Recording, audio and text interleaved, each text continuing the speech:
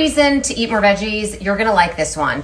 Are you ever just busy and just skip a real sit-down meal like I just almost did, and instead just grab a couple slices of turkey or maybe a can of tuna, thinking you're at least getting in some protein? So I'd say that that's great that you get in some protein, and it's great that you didn't go for a bag of chips, but you may not realize what you're missing when you skip those veggies. You're not just missing out on the vitamins, minerals, and phytonutrients, although that's a big bummer, but you're also missing out on possible weight loss. So if you want to lose weight, listen up. Studies show that when people eat the same amount of calories, but one diet has more vegetables, they lose more weight. This may be related to the water volume. It could be related to the grams of fiber and how that affects your microbiome. And it also may be related to the specific phytonutrients in those vegetables and their role in metabolism. So don't go skipping out on those veggies. Not only are they anti-inflammatory and going to provide you with a whole host of health promoting nutrients, but they also may help you lose weight for multiple reasons.